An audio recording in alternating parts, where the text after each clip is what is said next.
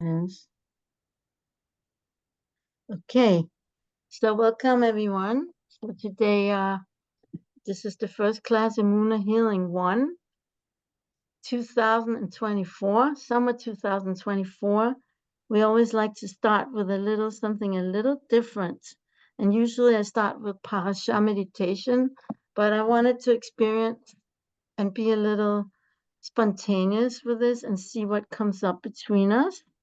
And so we're going to start with the prayer for the Geulah, for the redemption, and then we're going to see if we can, some healing, group healing will come that we could send B'ezrat Hashem to the soldiers and to the hostages for bringing them all home. So here we go. Here is the Tefillah L'Geulah. So some people, what happened to it here? Some people can say it in Hebrew, and some people can say it in English, whatever fits you. So we'll start doing that together. I'll say it in Hebrew, in slow Hebrew, so those who can follow Hebrew can say it with me, and you can see what it means in English. Maybe I'll have Veronica, is that how we say it? Maybe you can just read the English first. Okay, would you like me to start? Yes, just to read the English so that when we read the Hebrew together, those of us who read the Hebrew, it will be clear what we're reading to everybody, hopefully. Okay. It looks like a few more lines on the bottom are cut off for English, but I'm gonna start. Okay, well, I can, yeah, okay, start in a case. Okay. May it be your will, Hashem, our God and the God of our forefathers, merciful Father who listens to prayer. May my prayer be welcomed and loved before you, and may you accept with will and mercy speedily in our days. Please desire to redeem us with a complete redemption, a redemption with kindness and great mercy, abundance of mercy. Arise, have mercy on Zion, because it's time to favor her, for the appointed time has come. For the sake of your Shekhinah, for the sake of your Mikdash, for the sake of your land, for the sake of your nation who desire your closeness, who are longing to see your mighty splendor. Make us happy, our Father, with your salvation, our salvation, and send us Eliyahu Navi, who is remembered for the good, with Mashiach, the son of David. We will rejoice and be glad in your salvation speedily in our days. As for me, I trust in your kindness. My heart will rejoice in your salvation. I will sing to Hashem, for he dealt kindly with me. May the expressions of my mouth and the thoughts of my heart find favor before you, Hashem. Does it go further than this? So let's see if I can move it.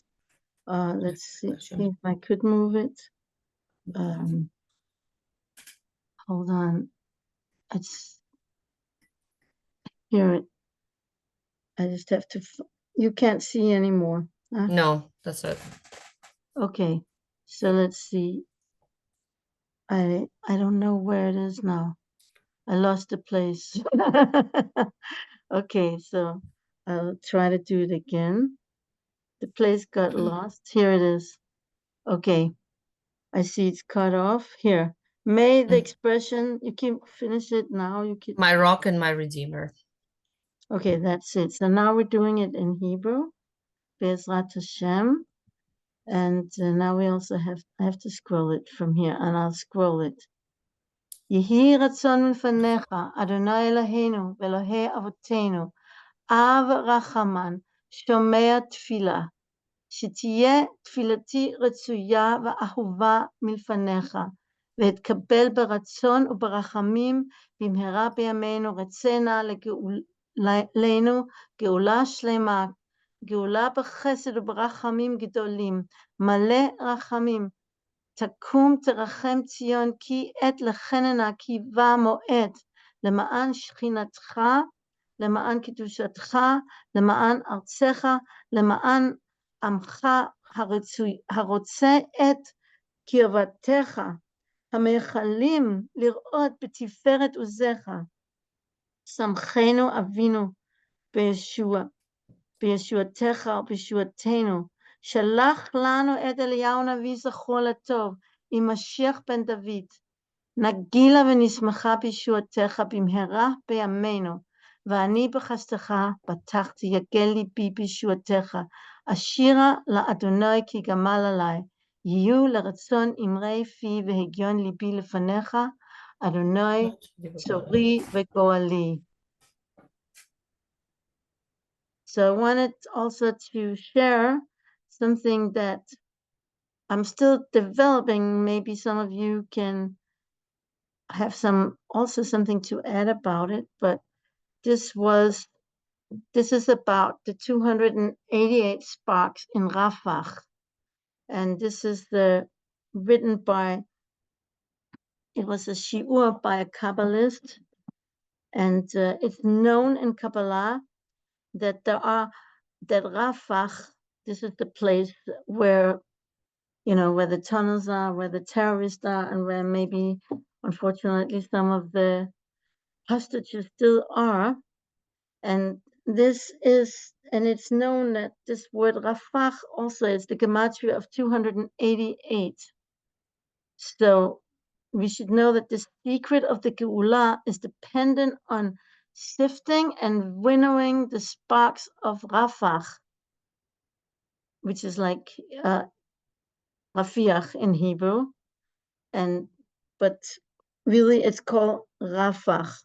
And this is a city from the time of the Tanakh, and even during the time of ancient Egypt and Assyria. So what are the Rafah sparks? The 288 sparks, well, Resh is 200, Pei is 80, and Chet is another 8. So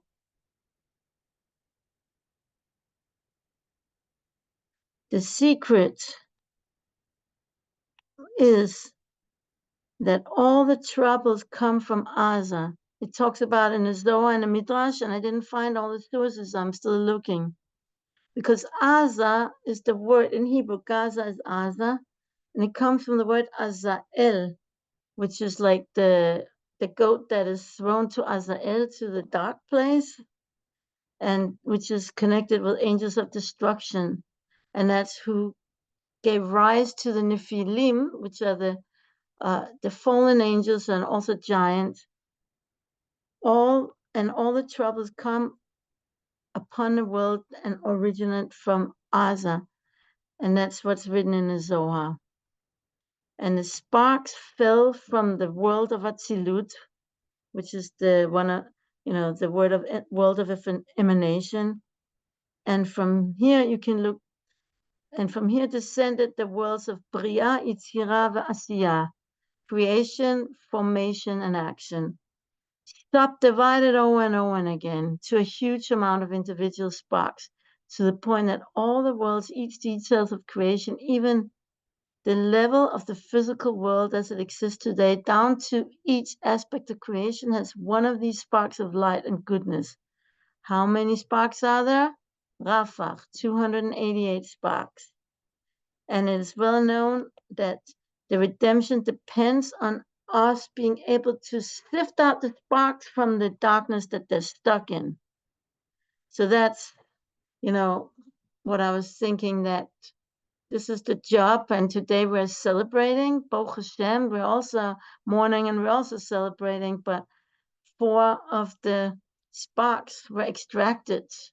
4 of these sparks were extracted this Shabbat, Baruch Hashem, and you see that in Asa you have the hostages, and you have also the worst evil. You have the Hamas, the worst evil. So this job of our brave soldiers is to extract these sparks of the hostages from the darkness of the Hamas, of the terrorists, the brutal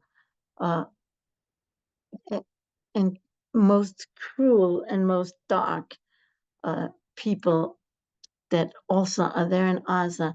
And they are holding on to these hostages. They're so close to them. They're putting them, the human shields and all of that.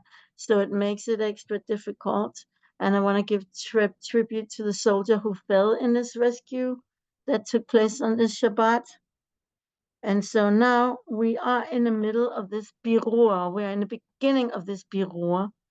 And it says in the book of Amos, in this one of the 12 minor prophets, thus says Hashem, on 3 cities of Gaza and on 4 I will not relent. It is because of Gaza that we were exiled to Edom, to the final exile. So this is when we've thought all this out, we will have the redemption. There's still now 131. There's still 131 sparks of Israel in Rafah, souls, light sparks that are in captivity. I mean, when I learned this, there was 135, but now there's 131, I believe. Now that we initiated into Rafiach, we're really doing the final birur. Birur means to take away, to take the sparks and to let go of all the darkness. And so it's a work that our soldiers have to do physically, and it's a work that everyone else have to do spiritually. And this is part of spiritual healing, to do this. And this is what I want to make a little experiment, trying to do together with you. So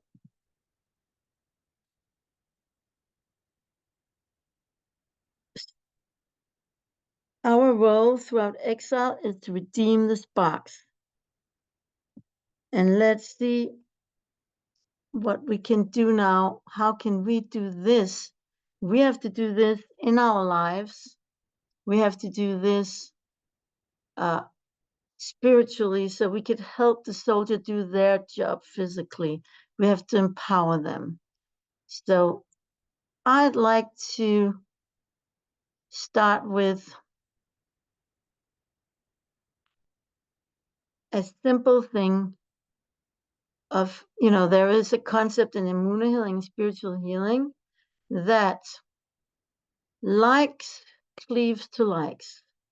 So I like to send a lot of light into Gaza, and with the intention that this light should be like a magnet, and it should be able to help extract the sparks of light that are stuck inside of this darkness that's holding on to these sparks of light. So I'd like all of us to now imagine this place of darkness.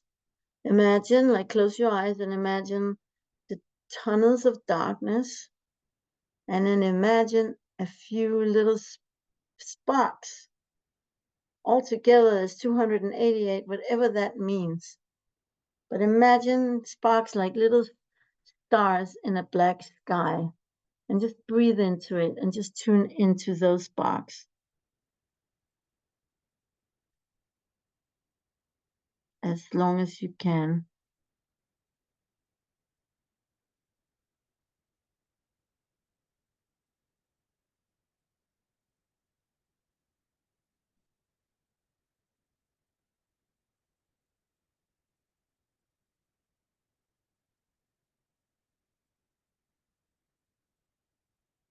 Okay, so you imagine these little twinkling, twinkling, twinkling stars, these little lights within all this darkness. And now imagine the light that comes into your being from above, fills your head, the front and the back, fills your neck, cascades down your shoulders, your arms, your hands and fingers, fills your chest and diaphragm and lungs, fills your stomach, your liver at the right below the rib cage, and your spleen at the left below the rib cage, your kidneys in the back below the rib cage, your whole hip area, your whole pelvis area, all the way down your thighs, knees, calves, feet, and toes. Imagine all of your whole being is filled with light. And you are breathing in Hashem's life-giving light into your entire being right now. And feel that you're energized with light. And now you could take this light between your hands. Imagine you're holding this light between your hands and you're sending it all the way through the tunnel, through the darkness, into the sparks of light that are flickering in this dark place, like a magnet that will attract those sparks to be able to become released from the place of darkness.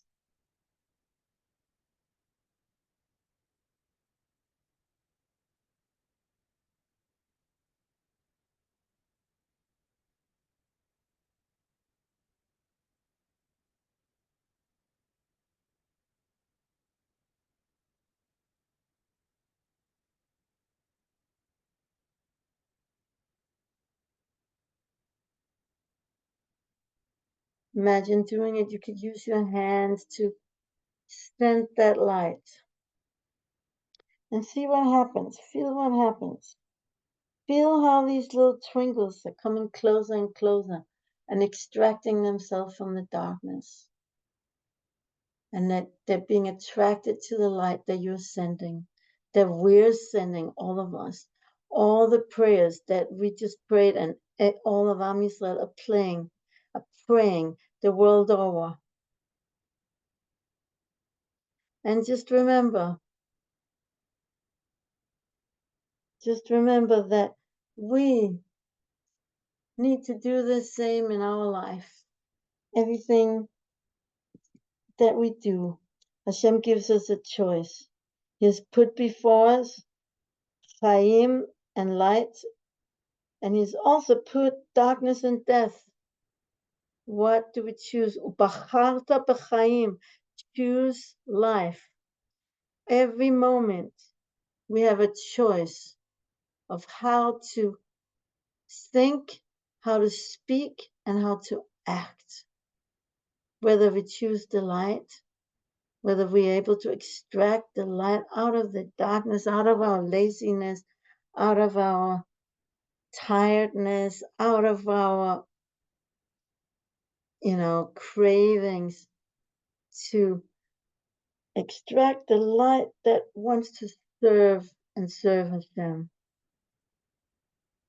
Extract that in our life and go with that. Always choose the light that's serving Hashem, the light that wants to go to Hashem, and always separate it from the darkness.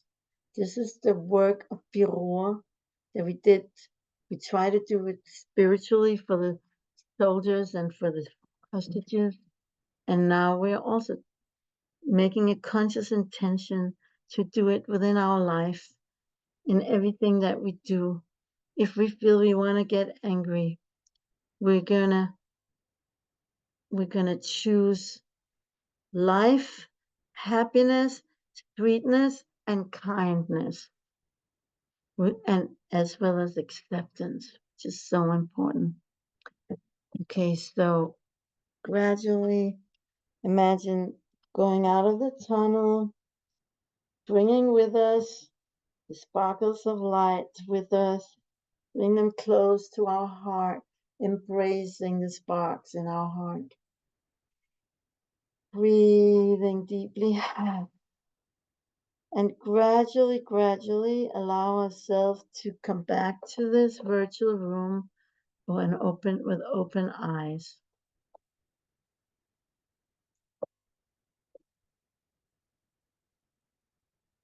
Okay. So I'd like to hear if there's anyone who has anything to share about this exercise, if you have some suggestions, what else we could do to bring the Geulah, to help our soldiers and to help free the hostages, what we could do within this forum of spiritual healing. So I'd like to invite anyone to to share before we start the next part?